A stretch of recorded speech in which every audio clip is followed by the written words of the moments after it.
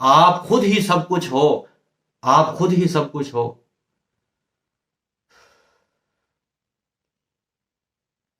اچھا ایک اور چیز جو ہے یہاں پر بعد میں لوگ مجھے بتا رہے تھے، دوست احباب، کہ یہ جی اپنے والد صاحب کی وجہ سے اس طرح غضبناک ہوئے تھے، تو مجھے نہیں تھا پتا کہ وہاں پر ان کے والد صاحب کون تھے، بزرگ کئی وہاں پہ کھڑے تھے، تو اب ہو سکتا ہے انہوں نے ان کے ساتھ بھی بدتمیزی کی ہو، لیکن میں اس طرح نہیں کہوں گا کہ، کیونکہ مجھے نہیں تھا پتا وہ کون سے ان میں ان کے والد صاحب تھے۔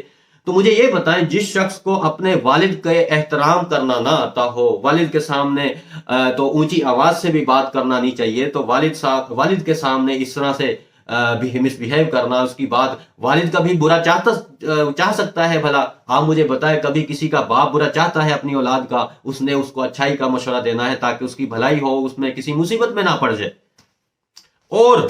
اور میں آپ کو یہ بتا دوں، جو اس نے یہ اس طرح کی بات کی تھی جی، کرسچن تو میرے نبی صلی اللہ علیہ وسلم کو جو ہے نا وہ اس طرح سے نعوذ باللہ معاذ اللہ دجال سمجھتے ہیں، تو میں یہ کہتا ہوں کہ اس نے غلط کیا۔ اس نے اس طرح سے بے دھڑک ہو کر ایک پل بھر بھی نہیں سوچا کہ میں کیا ورڈ بولنے والا ہوں۔ میں کہتا ہوں کہ ٹھیک ہے، اس کی نیت غلط نہیں تھی، جس کی وجہ سے ہم نے اس کا ڈیفینڈ کیا اس کو، اور اس کو ہم نے اس کی وکالت کی، لیکن کیا یہ الفاظ، اس طرح کے الفاظ استعمال کرنا مناسب ہے؟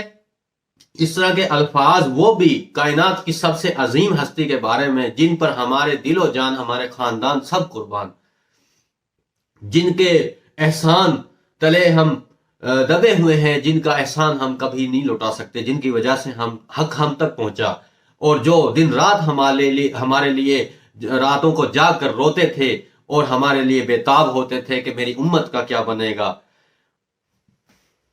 اس شخصیت کے بارے میں اس نے ایک پل بھر بھی، اس ذلیل شخص نے نہیں سوچا کہ میں یہ کون سا ورڈ یوز کر رہا ہوں، اس کا کیا امپریشن پڑتا ہے، اور یہ مجھے بولنا چاہیے یا نہیں، یا اس کا آلٹرنیٹ کوئی اور ورڈ یوز کر لیتا۔ اب مجھے بتائیں کہ اس کا جو والد ہے انجینئر مرزا، کیا اپنے والد کے بارے میں ایسی بات کر سکتا ہے کہ فلاں شخص میرے باپ کو یہ کہتا ہے؟ اب یہ جو ڈیش ڈیش ہے، اس میں آپ انتہائی گندی گالی جو ہے نا وہ فل کر لیں، کہ انجینئر مرزا کہتا ہے کہ وہ شخص احتشام کو ہی لے لیں کہ احتشام میرے باپ کو یہ کہتا ہے، اس طرح گندی سے گندی گالی آپ اس میں فٹ کر لیں، تو کیا انجینئر مرزا یہ ریپیٹ کرتے ہوئے کہ جی احتشام نے میرے والد کو یہ گالی دی ہے یا یہ گالی دیتا ہے، کیا وہ ذرا برابر سوچے گا نہیں؟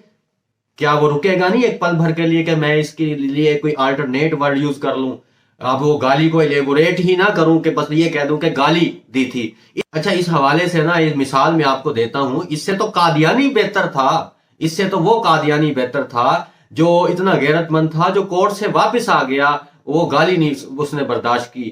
تو ایک چوراہے پر کچھ مسلمان لڑکے بیٹھے تھے جہاں سے قادیانی گزر رہا تھا، تو وہاں پر جو مسلمان لڑکے تھے انہوں نے اس مرزا غلام احمد قادیانی دجال اور ملعون، جس کو میں کذاب ہی کہوں گا، نبی کا ورڈ اس کے لیے یوز کرنا مناسب ہی نہیں ہے، اس کو آپ جھوٹا نبی بھی نہ کہا کریں، اس کو صرف کذاب کہا کریں، جھوٹا کہا کریں، تو اس کے لیے انہوں نے نا اس کو گالی دی، تو اس نے کیس کر دیا جی اس نے تو میرے جو نبی ہیں نا، میرے تو مذہبی شخصیت ہے، ان کو گالی دی ہے، کورٹ میں کیس کر دیا، سب لوگ پریشان کہ جی اب کیا بنے گا۔ بہت سے جو ہے نا وہ علماء کرام نے جو ہے نا وہ اپنے وکیل کو دلائل دیے کہ جی آپ اس طرح سے بحث کرنا کورٹ میں، یہ آرگو کرنا، تو لیکن وکیل نے کہا پریشان نہ ہو، ٹینشن نہ لے۔ تو جب وہاں پر وکیل صاحب پہنچے کورٹ میں، تو وہ شخص، وہ قادیانی جس نے کیس کیا تھا، وکیل نے اس پر جب جرا کی تو اس کو بتایا کہ اس کو جب کہا کون سی گالی دی تھی تو وہ شرمندہ تھا، وہ اس نے گالی ریپیٹ نہیں کی، اس نے نہیں بتایا کہ یہ گالی دی تھی، کیوں؟ اس کی تصدیق ہوتی تھی، وہ کورٹ میں 20-30 لوگوں کے سامنے اس کو ریپیٹ کرنا بھی مناسب نہیں سمجھتا تھا۔ تو پھر وکیل نے کیا کام کیا؟ وکیل نے کہا چلے آپ ایسا کریں، آپ سنی جائیں، میں گالیاں دیتا جاؤں گا، اور جب وہ گالی آ جائے گی تو آپ نے بتا دینا ہے کہ یہ گالی تھی۔ وکیل گالی دیتا رہا، وکیل گالیاں بدل کر دیتا رہا۔ پھر وکیل نے کہا جی ٹھیک ہے، آج کے لیے میرا جو ڈیٹا تھا، میرے مائنڈ میں جو گالیاں تھی وہ ختم ہو چکی ہیں، نیکسٹ مجھے ڈیٹ دے دے تاکہ میں اگلے ڈیٹ پر جو ہے، اگلی ڈیٹ پر